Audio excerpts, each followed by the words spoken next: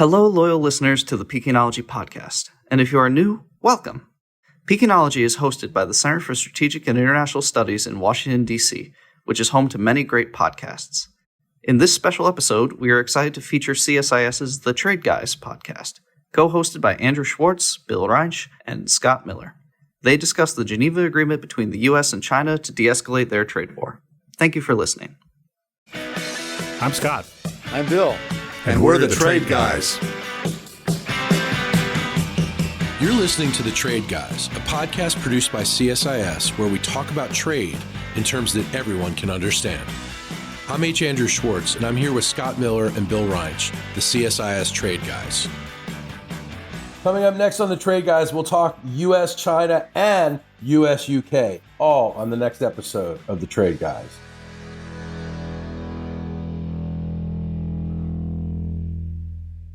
Guys, welcome back. We got lots of trade news, as always. But this time, we got like a pretty early big kahuna in US-China trade war. Big deal this week. Scott, I want to go right to you. Is this a feel-good story? What is this? Well, sure. I think it is. It is certainly backing away from the extreme positions that both the U.S. and China had taken in terms of tariff escalation. And I think, first of all, the U.S. sent the right team. I think China sent the right team. So Treasury Secretary Bessent and U.S. Trade Representative Greer, Ambassador Greer, were the U.S. leads. And they both appeared to perform very well in the talks. China also took a serious approach to it, including the Deputy Minister of Public Safety to talk about fentanyl. So they addressed some issues beyond trade that they knew were affecting trade. But in short, what they agreed to do was continue to work, but to return terms of trade, not to where they were when the status quo ante, but to a level that doesn't completely obstruct trade. So U.S. tariffs on Chinese goods, roughly speaking, about 30%. Chinese tariffs on U.S. goods, roughly about 10%. So this represents, I think, a cooling off and a plan to go forward. So I think certainly the markets received it well. Politically, it was well received. And I think what happened here, one of the reasons I think it's a good thing, is you had both sides learning something about both the other party and their own approach to this problem. The problem of a trade deficit with China is something the president's team is determined to fix. But fixing it short term will be hard. On the other hand, when you have a big deficit country like the United States and a big surplus country like China, when the deficit country takes action to reduce imports, all the unemployment happens in the surplus country. And so China had some effects that they now have to think through. And I think this is a good point to cool off. Nothing's fixed yet, but there's at least, we're away from sort of the complete spiraling out of control that many have worried about. We haven't gotten anything really done yet, but I look at it as a couple of fighters. Was it Mike Tyson always said that everybody has a plan until they get punched in the face. And when two teams make contact, two opponents on the battlefield, two teams in sports make contact for the first time, they both learn some things about themselves and about their opponent. And so I think that's really the good news. But both sides calm down the rhetoric and improve the terms of trade so that we're just not stopping trade completely. So let's go to a less feel-good view here. This, of course, would be our very own trade guy, Bill Reinsch. Bill, I've been asking you this question all week. You also hosted, I believe it was 6 or 7 former USTRs earlier this week. We did, 6. 6, and it was a bipartisan group. And I asked the question and you asked the question, and now I'm going to ask you the question. Who blinked first? Was it us or them? I think it was us. And I think the consensus in the Washington commentariat, if you will, is that it was us and that we probably gave more than the Chinese did. But I'd start by saying, I think Scott has a happier spin on it than I do, but I think he's right in the sense this is good news. I mean, anything less than 145 is good news. And it was clearly good news for the markets. It wasn't as good news. I mean, there's a lot of hand grenades hidden in the shrubbery here. It's not really 30%. It's 30% on top of a lot of the pre-existing tariffs. Which former USTR Sue Schwab pointed out very clearly in your talk. Yeah. Yes. Sue had read the fine print. Yes. And you need to read the fine print on this. Somebody else looked at the overall thing and did a little math and figured out the average new tariff is closer to 51% than 30, still better than 145 or better than 170, which is what we were saying the effective rate was back several weeks ago. So big improvement, but it's still at that level is going to end up, I think, stopping a lot of trade. I think Scott made the point that it didn't solve any fundamental problems. It pulled back from the brink. Certainly the mood was better. And I agree, they certainly sent good negotiators to do this. I think Secretary Bessent is emerging as the administration's good cop and deserves that title because the things he's doing tend to turn out all right.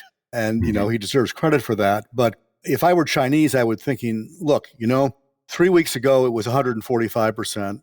Last week, Trump was saying it was going to be 80%. And it ended up at 30%. If we'd waited another week, maybe we could have gotten it down to 10. We've been negotiating with ourselves for, the last couple of weeks. And I mean, there are reasons for that because people were anticipating price increases. They were anticipating shortages. The media, print and electronic, was starting to do what they always do, which is to dig up people that are going to be victims, and go to small business people who are going to go out of business because whatever they need, they can't get anymore because the tariff is exceptional. And to be fair, they've also been going to businesses that are very happy. There was a story just today that we're recording this on Wednesday this week in the Washington Post about a company in Erie County, Pennsylvania, in the Northwest that makes tables and chairs and dance floors, basic, not high fashion ones. And this makes them competitive. And so, there are winners. There always are winners, but there's always losers.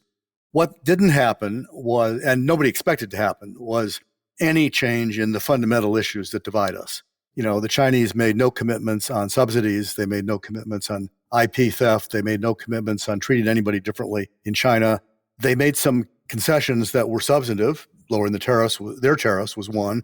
They also agreed to release some hostages in the sense that they had imposed export control bans on selected companies, and they removed 28 of them from that list this morning. Well, this morning our time, I guess yesterday their time. That's a good thing. And they indicated that they were going to relax some of their export controls on critical minerals.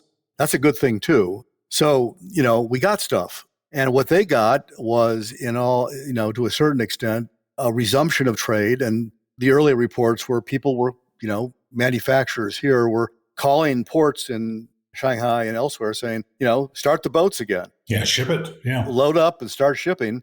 And that's an important point because the problem here was never just going to be empty shelves because what they were going to be empty of was toys, the dolls and the pencils that Trump talked about. Well, yeah, he said, we only need to give our kids $2 or $3 this year. So nobody needs 20 dolls. That one's going to haunt him for a long time. I think so. But the real problem was our manufacturers making American products that are using parts and components from, among other places, China.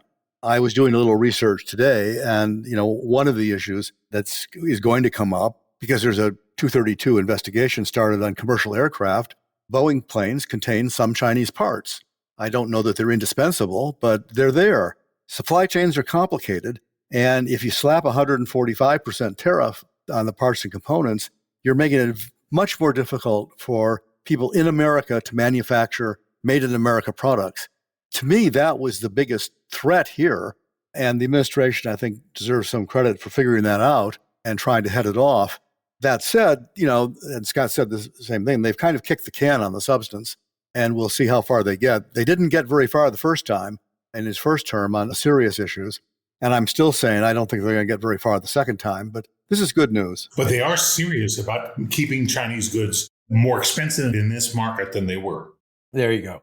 I have a question to you guys, though. It's pretty clear that the Trump administration counted on having leverage over China. They have studied pretty thoroughly China's housing market, its impact on the population there. We could do a whole podcast on, why the Chinese housing market plummeting really affects its citizens because it's their primary investment vehicle that regular Chinese citizens have. They don't really have access to their stock market, or if they do, it's volatile and it's not safe. It's not a safe investment. I guess the question is, does the United States really have leverage over an authoritarian regime like this? And during and after these 90 days, are we going to be able to extract the kinds of concessions and deal that we hope to get? Well, time will tell. What I would just say is that the fact that both sides were ready to back off and ready not to make things worse said there were reactions and responses that they had to deal with they weren't expecting. Okay, so I don't think the Trump administration was expecting visits from the CEOs of the big retailers, Right, saying we're going to have empty shelves. Those kinds of things. Likewise, plant closures in China may have been a shock. I don't know how much they prepared for these things, but they got a response and they learned some things from that. But the key learning was we need to back off and make another approach, which I think is likely. I don't know whether any of these long-term unfair trade issues are ever going to be resolved. But in the meantime, it's a better position now than it was a week ago. And I think it's a satisfactory position for at least the United States to move forward. Two things on that. One, Chinese manufacturers are very agile. And one of the things we saw in April was a sharp decrease in Chinese exports to the United States, entirely predictable. What we also saw was a sharp increase in Chinese exports to Southeast Asia. And the unknown at this point is how many of those exports to Southeast Asia ended up being relabeled and then shipped to the United States as products of those other countries. right. Because this is the workaround issue that you Yes. both have been talking Yes. about. Right. You guys Trying to don't ship it. like when people tear off labels and add new labels, and We don't like that. That's fraud. It's customs fraud. Yeah. That's Yeah, right. That's It's kind customs of a fraud. problem. But the other thing is, going back to Scott saying time will tell, my attitude is time already told. And it told in the first term where we came in with big demands. And I think, as we've talked about before, they were good demands. Stop subsidizing, impose some, market rules in your economy, stop stealing IP, create some confidence in the private sector market in China. The Chinese are not going to agree to any of that. They didn't before. They won't again, because for them, it's not an economic issue. It's an issue of party control over the society, because effectively relaxing their economy, putting their economy on more of a market basis decreases the party's control. They're not going to agree to that. They didn't agree to it before. They're not going to agree to it again. We're going to end up with, that's not to say there won't be a deal, but it's going to look like the last one. They're going to buy more stuff. Maybe they'll make a few concessions. And as we'll talk about when we get to the British deal, I mean, the way these things are scoping out is countries have figured out that you make a few concessions, you let Trump declare victory, and then you move on. I think we'll see it with China too. Scott, do we move on? Well, look, I think there are other ways to win for the United States than getting China to change its practices. I think there's more in it for the United States to reduce our reliance on China as a source of imports and to have these tariffs as a component of sort of made in the USA. So I think there's more going on than just, yes, China has bad practices. Yes, they haven't changed them. And yes, we probably won't get them to change them. But if they're less of a factor in our market and around the world, then they can have their bad practices. This is interesting because this may actually be one benefit of uncertainty. We spent a lot of podcasts talking about how awful uncertainty is, how it deters investment and makes everybody sit on their wallets. One thing uncertainty does do, I think, with respect to China, is encourage Americans to de-risk. Right. And to develop supply chain alternatives to China. I think that's part of what the administration wants. And all the uncertainty we've just been generated and the future uncertainty, because this is a 90-day thing. We didn't mention that. This is not a permanent reduction in tariffs. That's right. This is another pause. So another yo-yo. We'll see what happens in 90 days. That kind of uncertainty holds businesses back. And during these 90 days, isn't everybody just going to hoard? There's going to be a lot of stockpiling. Yes. Scott, I think that we're going to see a lot of shipments the next couple of months. We saw it once already, so there will be some for certain. I think all your Christmas purchases are going to be made now. If you're a retailer, you're getting delivery for everything you need to sell through Christmas in the next 90 days. So I think we should start a new show and pitch it to Hollywood called Trade Hoarders. and we can have celebrity hoarders too. Seriously, I mean, Yeah. trade hoarders, you could go, from company to company. You could go into people's homes, like people who are, hoarding Christmas ornaments, like you just said, Scott. I mean, Yeah. this could be a pretty serious reality show. Do you suppose we're going to see people hoarding pencils? I mean, that would be interesting. Well, he keeps talking about pencils. Like, I was watching Bill Maher the other day, and Bill Maher said, who the hell uses a pencil these days? Well, apparently it's somebody. The American company's cranking them out with enthusiasm. Somebody uses them. I like pencils. Better than ink if you make a mistake, That's for sure. which I make many. I like the erasers. Think of how many pencils there are on the golf course. Those little mini ones, those are awesome. And iPencil is, of course, one of the great stories of how spontaneous order comes from market economies. There you go. Where nobody knows how to make a pencil, but yet you can buy them for pennies. Pennies. Well, okay, guys, let's put a cap on China here. We got 90 days. We'll see what happens. I'm hearing from you that we have confidence in Secretary Bessent. I'm hearing from you that this is a feel-good, semi-feel-good story. What do we think is going to be next? Are we going to take it down to the wire in these 90 days? And then is the market going to fluctuate again? And then more importantly, maybe than the stock market, is this restoring confidence in the U.S. in terms of the bond market? Is it restoring confidence in terms of other countries wanting to invest in the United States? Is it restoring confidence in our dollar, et cetera? Well, the market seems to react on a day-to-day basis. It certainly restored confidence on Monday. Whether that's sustained or not, I think, it's going to fluctuate.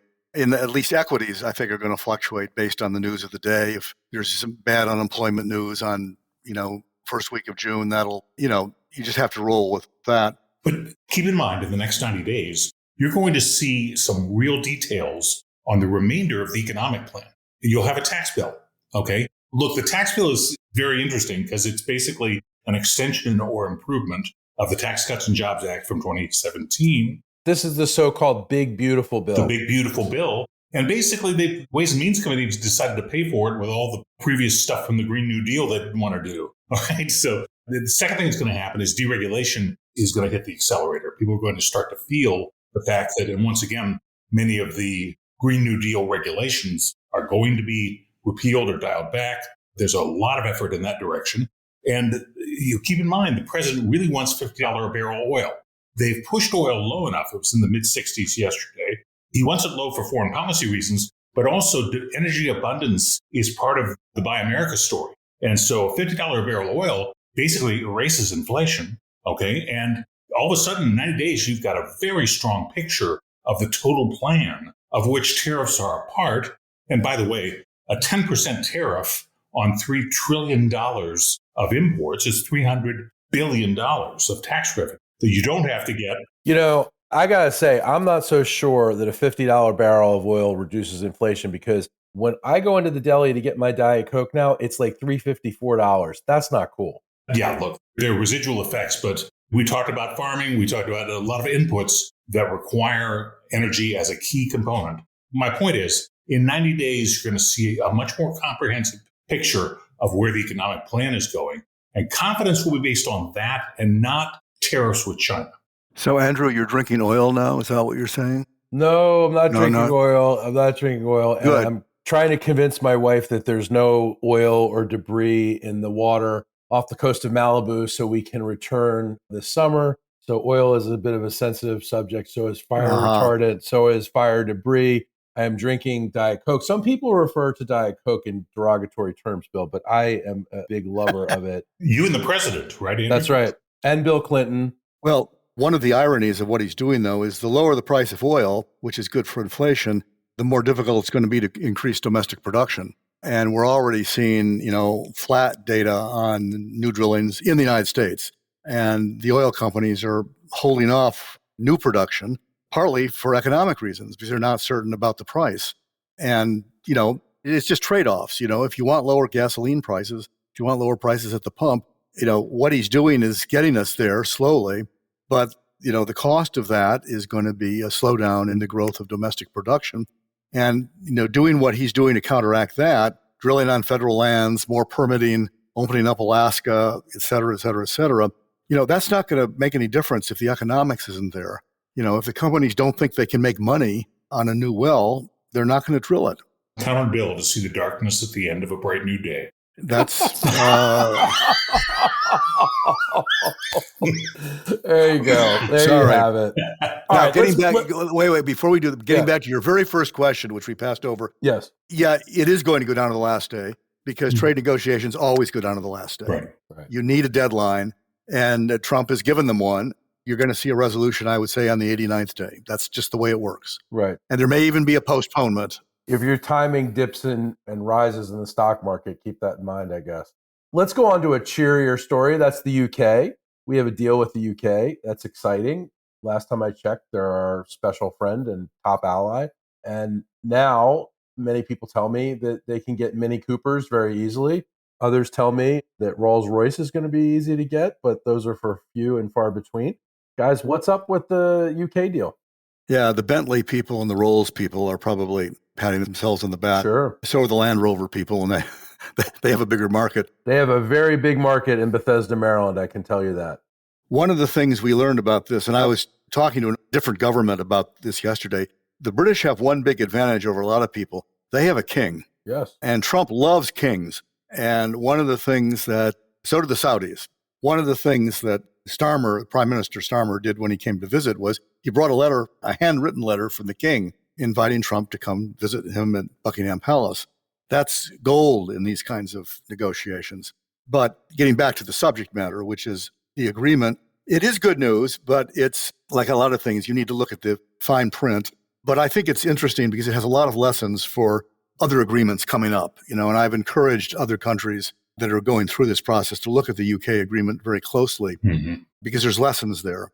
I wrote a column on this week for anybody that cares about my columns. You can read it there. But I viewed this as kind of an 80-20 split. It was about 80%, we're going to deal with this later, and 20% actual substantive concessions. And I think that kind of split is going to show up in future agreements. You have to do something substantive, otherwise it doesn't pass the laugh test. If everything is just kicking the can, people are going to say it's not a real agreement. So you have to have something that is a tangible benefit, which was the term that was going around in the Biden administration about the late lamented IPEF. You need some tangible things, and there were some in this case.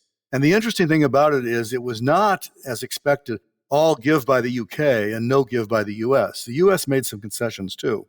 The British agreed to take more of our beef. They got rid of their ethanol tariff, which is a big deal. We made a deal on cars, and we basically, I think what's going to happen is people have to get used to the idea that in all these agreements, there's not really any good news, there's bad news, and there's less bad news. And what the UK got was less bad news. So the auto tariff, which was going to be 25%, is now going to be 10% on the first 100,000 cars that they import. Well, last year they imported 102,000 cars, so that's about status quo. But 10% is a lot more than 2.5%, which is what it used to be. But it's better than 25, so it's less bad news. That's good for the British. They did not give up the digital service tax, despite a lot of pressure from our services industry to get them to do that. So they got to keep that. And the 80% part, there was a lot of discussion about doing digital trade agreements and doing a variety of other things, looking at a variety of other issues. And I hope they do. I mean, they're all good things to look at, and they're areas where we can, where we can make some progress. And neither the British nor the United States made any concessions on sanitary and phytosanitary standards, which means our chickens still aren't going to get in, which disappoints me personally. I've fought the chicken war for a long time. So there's a number of things that weren't there. The United States made some concessions that were material, like on cars, and the British description of the steel and aluminum provisions were we've set up a structure in which they will ultimately get to zero tariffs on steel, aluminum. The agreement doesn't actually say that, and the United States government has not denied what the British are saying, but neither has it confirmed what the British are saying. So we'll see how that plays out, but that would be significant. But at the same time, the overall tariff rate was 10%. The United States did not concede on that, and it looks like it's not going to concede to other people on that.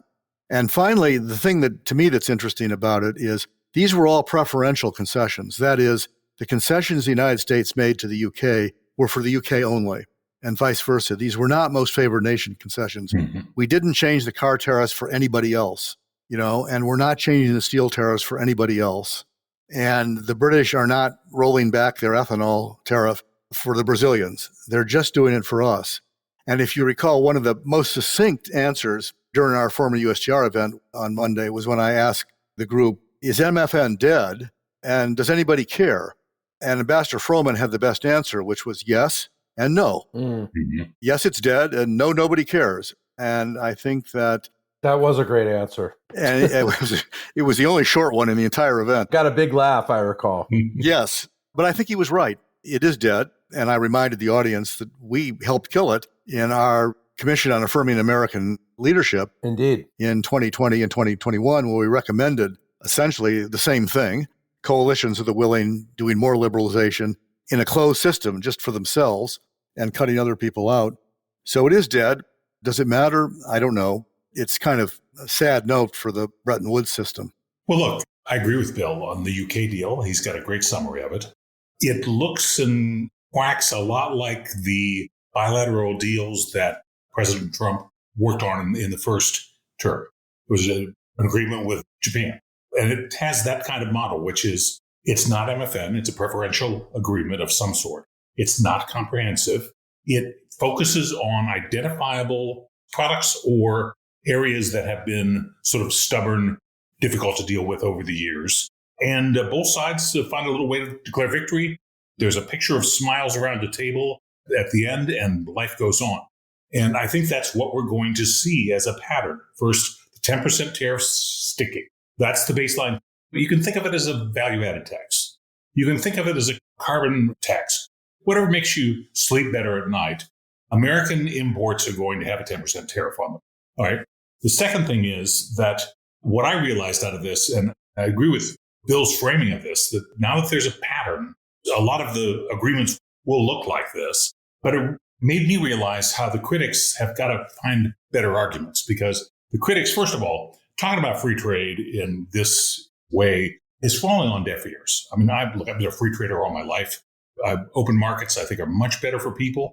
But after the China shock and what's happened to incomes, real incomes over the last 30 or 40 years to the non-college educated in the U.S., you can't make that argument. So that's number one. Number two, when it comes to violating, our commitments to the WTO or implementing trade restrictive measures, the U.S. has a lot of company. You look at the thousands of measures that have restricted trade since the great financial crisis of 2008, 2009. We're by no means alone. And the argument that really doesn't work is let's do it the old way. Let's go to Geneva and have a conference, and won't that be great? Well, look, the last time the U.S. negotiated a bilateral, comprehensive free trade agreement, it was with Korea. That was launched in 2005 and entered into force in 2012. Last I checked, that's 7 years. The Doha round got absolutely nowhere in 15 years. All we did was launched it in 2001, and the organization stopped talking about it in 2015. So President Trump is not going to wait around for the old way to work. And politically, nobody is really trying to sell the free trade works as we know it does. So however this works out, there is a pattern for the UK that the UK has set. Other agreements will probably look a lot like it, which I think gives some predictability. But opponents need a better argument. Scott, I'm not sure that we could say anything that's going to help Bill sleep better in the short term, but I do know that he's got to get out of here because he's got a meeting down the street. So let's wrap it up this week for the Trade Guys. We'll come back next week with much, much more. Thanks as always, boys. Thank you. Thank you.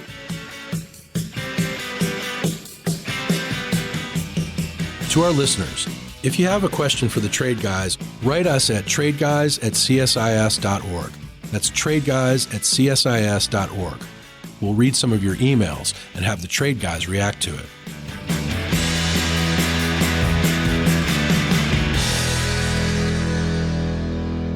You've been listening to The Trade Guys, a CSIS podcast.